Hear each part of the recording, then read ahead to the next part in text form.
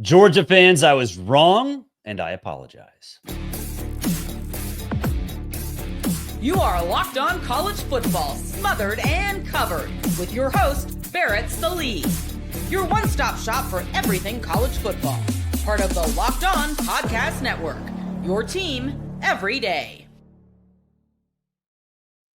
Hey, thank you for checking out the show. My name is Barrett Sallee. Appreciate you tuning in to College Football Smothered and Covered on this beautiful Monday morning. Got a big show today. Of course, we will talk about SEC power rankings, Brian Kelly's position with the Tigers, Billy Napier's as well, and a little Mea Culpa Monday with the Georgia Bulldogs. The show brought to you by FanDuel. Start the season with a big return on FanDuel. New customers can place a $5 bet, and you'll get started with $150 in bonus bets if you win that first $5 bet. That's right. Place a $5 bet. You'll win $150 in bonus bets if you win your first $5 bet. That's FanDuel.com. FanDuel.com. All right. Mea Culpa Monday. Georgia fans, I apologize. I was wrong about the Bulldogs against Tennessee. I thought the offensive line would struggle against Tennessee's defensive front. I thought the running game would struggle without Trevor Etienne. I thought Carson Beck would be in trouble because Tennessee would get him rattled. None of those things happened.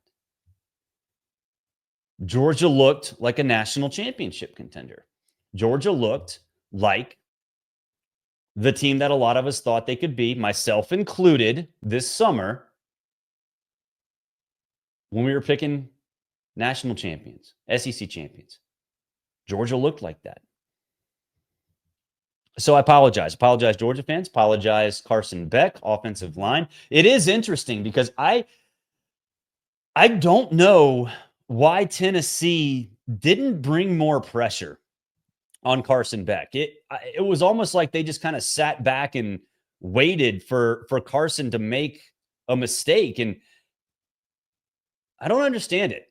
I don't. But with that said, Carson could have wallowed in last week's struggles or for the last month.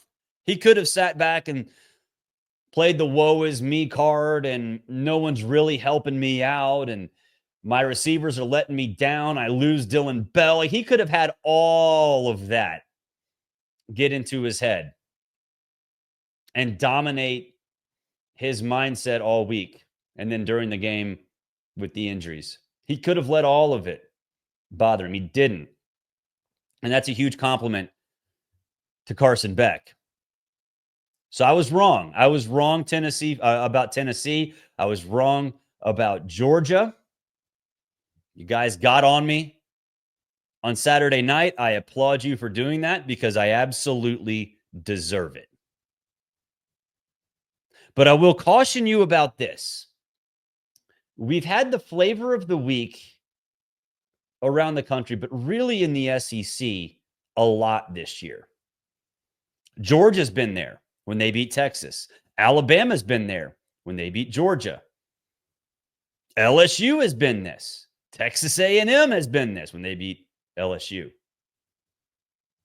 We have this a lot, right? Tennessee was this when they beat Alabama. Everybody was talking about Team X. Last week it was Ole Miss. Why aren't we talking about Ole Miss this week? Because they didn't play.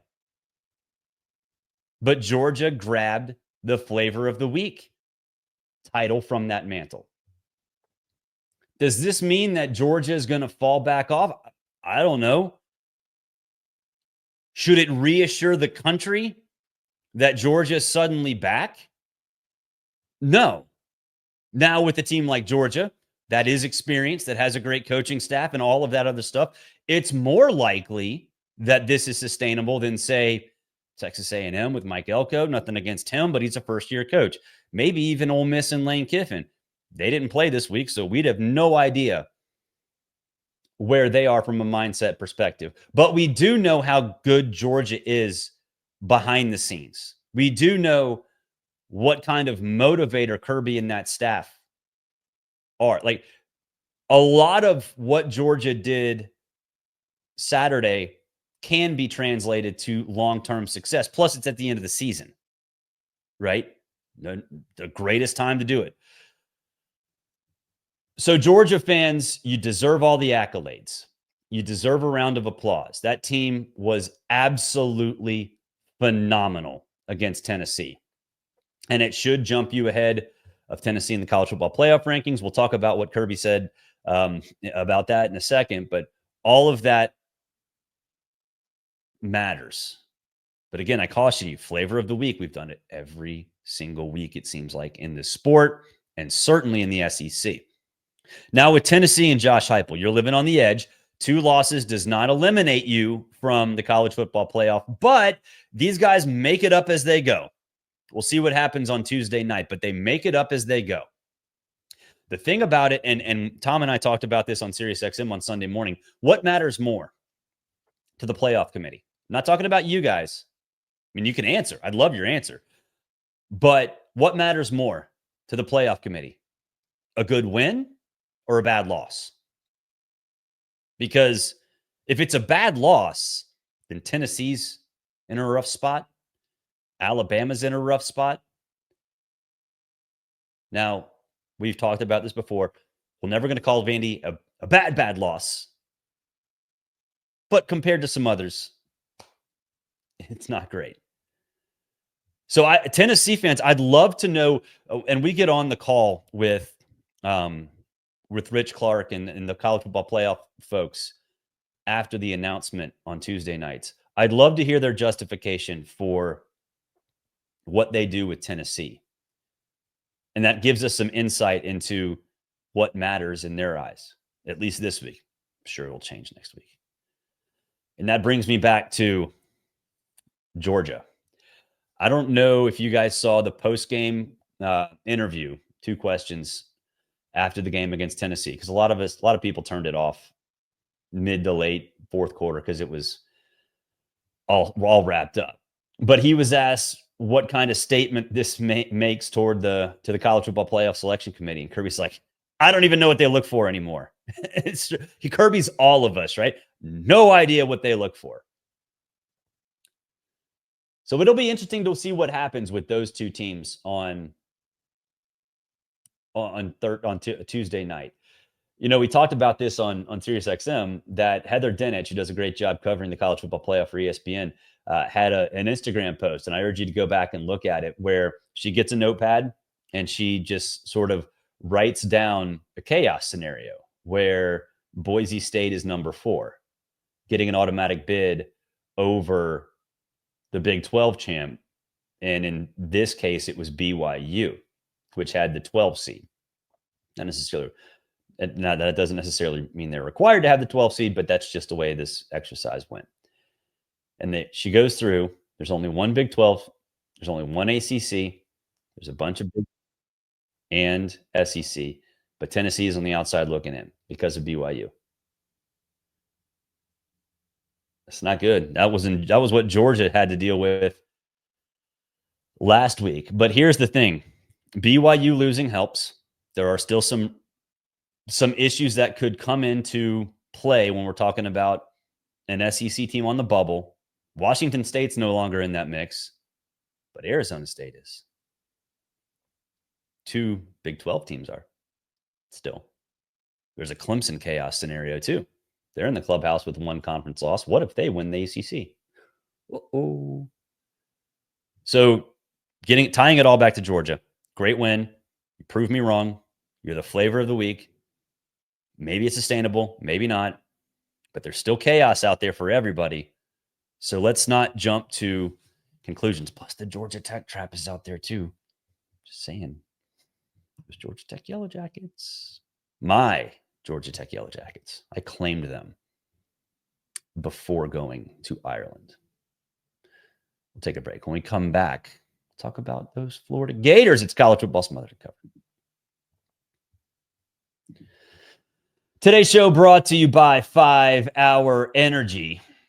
If you love Office Space, you know you love the quote, sounds like somebody's got a case of the Mondays. Well, if you have a case of the Mondays, you need to go get a case of 5 Hour Energy. Our friends at 5 Hour Energy know that being a passionate football fan, it's not just a hobby, it's a way of life. It takes a lot of energy to power through all-day tailgates, touchdown celebrations, and an agonizing second overtime, which is why they've created Stand the Fan 5 Hour Energy Shot with a special flavor called Fan Fuel. The energy shot made just for super fans like all of us here on this show. The fans who are first in the parking lot and are last to leave 5 Hour Energy, they see you. Be honest. Got a little bit of a cold. Didn't get a good night's sleep last night. Solo at the house. 2 kids, little monsters this morning. I'm going to get up. I'm going to want to take a shower. I'm going to take a 10-hour shower. No. You take a 5-minute shower, then you go have a 5-hour energy. I'm not talking about them. I'm talking about me because I got to get going. I got to bring you this show. I got to do dad stuff. I got to get a workout in. I took a 5-hour energy this morning, and here I am. You can probably tell I am loaded with energy. 5 Hour Energy knows that no matter what team you root for, being a fan requires heart, soul, and a whole lot of energy. Whether you're prepping for the big tailgate or ironing your jersey, your game day to-do list is a mile long. That's why the limited edition Stand the Fan 5 Hour Energy Shot is here to help keep you fueled throughout the season. What's your fan fuel this week? Whatever it is, do it with a 5 Hour Energy. Available at 5hourenergy.com, and it is shipped nationwide. All right, I thought LSU was going to take care of Florida. And look, that's not to say I don't love Billy Napier. That's not to say I don't think Florida is in good hands. You guys have heard me talk about how I think this is a mulligan year, so to speak, at least mulligan half season after Scott Strickland gave Billy the vote of confidence. We saw what the floor was last week against Texas, but that was with the third-string quarterback. Suddenly, DJ Lagway comes back, Jordan Ball gets going on the ground, and Florida springs the upset on LSU and looks like a competent football team again. What have I told you about Billy Napier? The foundation that he has set is exactly why he got the vote of confidence. The vote of confidence does not necessarily mean you're going to get fired. I know that's the old adage, right? Oh, when you get the vote of confidence, you're going to get fired. No, that's not true. In fact, it's never been true. And in Billy Napier's case, I think you saw the sense of relief after the game in his post-game interview on ABC. But I also think you saw a motivated group of players who understand, okay, Billy's got the vote of confidence. Let's show everybody why. Let's show everybody why. And they showed it.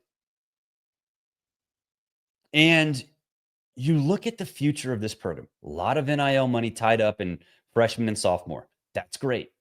Again, the F word, foundation. We know they have a great quarterback. We know that quarterback would leave if they fire Billy. And maybe the teams they're losing to are really good football teams. I don't know. That seems like it could be the case. So I'd love to know, all you fans, Florida fans out there, if you're watching, leave a comment. If you're listening, please hit me up on X at Barrett Salee. What did that do for you? What did that win over LSU do to your mindset, for your hope for the future of the program? Because I've always been hopeful. I like Billy Napier. I think he's the right guy.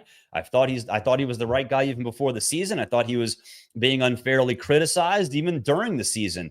You know, you lose Graham Mertz in week 2. He was really good last year, and you're throwing DJ Lagway out in game 2 and giving him a start in game 3 against Texas A&M. What did you expect to happen? But he matured, talking about Lagway. Billy didn't get distracted. He kept the team intact. Clearly, the team is motivated to play for him. All of those things matter a lot. So Florida fans, what did that do? Leave a comment in the YouTube comment section, or please let me know on X or Threads or wherever.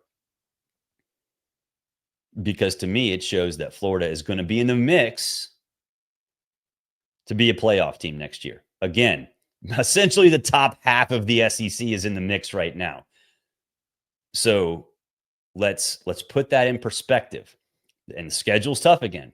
Essentially the same schedule. But hope people have bought in now. Not to say I told you so. I kind of told you so. Brian Kelly on the other side. It seems like the hot seat talk, like, slowly but surely went across the field throughout the course of that game, right? All the Billy Napier critics were like, oh, all right, he's doing all right. And then all eyes sort of turned to the other side like, what about Brian Kelly? Step back off the ledge. Brian Kelly is in trouble, but not right now. He is in trouble. You can see in the rundown over there. Billy Napier is in trouble. That is true, but not this year. The guy wins consistently. His streak of 6 10-win seasons, it's gone. Or 7 10-win seasons, it's gone. LSU's not going to get to that point. The fact that he had a streak of double-digit win seasons to begin with tells you all you need to know about how good he is and how good he can be. This season is a disappointment. That's fine. A 3-game losing streak at LSU is not acceptable. That is accurate. But who are you going to go get if you're LSU? Who can bring you consistent double-digit win seasons? Because Brian Kelly can. He's proved it at every stop that he's been, that he can be an elite coach, win at an elite level. In the future of college football, this new future, like what we're looking at now and 5 years down the road and 10 years down the road, what constitutes a great coaching job? National championships. What constitutes a really good season as a coach? In the playoff. Brian Kelly's going to get to that point more times than not. He can recruit well. He needs to accept the transfer portal a little more. That's accurate. But he's still got a bunch of support. Let's hold off on the Brian Kelly hot seat talk for now. With that said, if this little downturn, and it's a slight downturn, but if this little downturn becomes something more, then yes, next season is going to be a problem. If we're sitting here in, let's just say, early November, today's November 18th, let's just say it's November 5th, okay? Let's just say it's the Alabama game, right? Alabama game is always the first week in November. Let's just say it's the Alabama game. And LSU is going into the Alabama game without a chance to make the SEC championship game. That's a problem. 100% hot seat talk at that time. I don't care how many 10-win seasons he has. But right this very second, step back off that ledge. You got knocked out of the college football playoff race on November 16th. Do you know how many schools, do you know how many fan bases, do you know how many administrators would love to spend 2 months, 2.5 months, I should say, in the middle of the college football playoff race? Pretty much 90%, I would say. There are a lot of them. There are a lot of them. SEC Power Rankings are coming up next. Here on the show, SEC Power Rankings, that's when everybody yells at each other. Today's show brought to you by our friends at FanDuel, America's #1 sportsbook, because right now new customers can bet $5 and get $150 in bonus bets if you win. The FanDuel Sportsbook app gives you everything you need to place live bets on the NFL, all in one place. So when you get a hunch in the middle of a game, you can check out the latest stats, view live play-by-play, and so much more on the same page where you place your bets. Just visit FanDuel.com to join today. And like I said, you'll get that $150 in bonus bets if you win your first $5 bet. That's FanDuel.com. Never waste a hunch and make every moment more with FanDuel, an official sportsbook partner of the NFL. We're also brought to you by Game Time. Look, I've told this story a little bit, but I'm going to tell a different story. One day, we have season tickets for the Braves, and we had a little bit of mix-up. A buddy of mine and I split them, He gave them to somebody else. I was supposed to have them. It was a big mess. So I had to buy a standing room only ticket, right? I had a credential. He had 2 extras, needed 3. So go to game time. I'm like, man, the game's about to start. Sure enough, standing room only ticket right there. Bought it as quick as that. And more importantly, they didn't lie on the prices. No extra fees. That is huge. Take the guesswork out of buying tickets with Game Time Picks. Download the Game Time app, create an account, and use code LOCKEDONCollege for $20 off your first purchase. It's the only ticketing app that gives you complete peace of mind when you make your purchase. Filter only incredible deals on great seats with Game Time Picks. See the view from your seat on your phone before you buy. All-in pricing shows your total cost up front, and buy tickets in seconds with just 2 taps. Terms apply. Create an account. Use promo code LOCKEDONCollege, LOCKEDONCOLLEGE for $20 off your purchase. Download Game Time today. What time is it? It's game time. Let's get mad. Everybody get mad. Everybody get angry. SEC Power Rankings. Now, if you're watching, you can see it. If you're listening, we're going to go down real quick. Go through it. Number 1, Texas, Alabama, Ole Miss, Georgia, Tennessee rounding out the top 5. Texas A&M at 6 ahead of South Carolina. We'll talk about that in a second. Florida, Vandy, Missouri rounding out the top 10. LSU, Oklahoma, Arkansas, Auburn at 14, Kentucky at 15, and Mississippi State at 16. All right. I want people to remember, and we get this a lot, especially late in the season. Head to head. How come Team A is ahead of Team B when Team B beat A? Okay, yeah, I get it. Transitive property, whatever. These are not standings. These are power rankings. Where power is right now. And one that got people so angry. Texas A&M over South Carolina. South Carolina's playing great. Texas A&M playing great, playing pretty good too. South Carolina has a win over Texas A&M. South Carolina also has 3 losses. Wins and losses do matter because they tell you, okay, what's your ceiling and what's your floor. South Carolina's floor is pretty low. Its ceiling's higher than Texas A&M. Floor low. So when we're talking about power rankings, that's the one that jumped out to everybody else. But in terms of these, a lot of folks looked at the top 5, right? Texas, Alabama, Ole Miss, Georgia, Tennessee. Seems like Texas has fallen off the radar in terms of a lot of the conversation. It's just like, oh, they're assumed to be number 1 because they're number 3 in the college football playoff rankings behind 2 Big Ten teams. So yeah, Texas. But then there's the question. They ain't played nobody. Again, mantra of the show. Anytime anybody says they ain't played nobody, nobody ever plays anybody. I don't care what time of year it is. Nobody plays anybody in college football. You can have that discussion. You can say that about a team, any team, all year long. With Texas, yeah, they hadn't played a lot of teams. And they lost to Georgia. Still played well in every aspect other than the offensive line, but they lost that game. But here's the reason Texas gets that benefit of the doubt. The floor is higher than anybody else.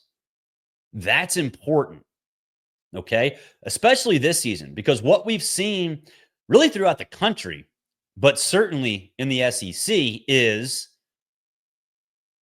a bad game for a team's pretty darn bad. Georgia's C game gets them smoked by Ole Miss.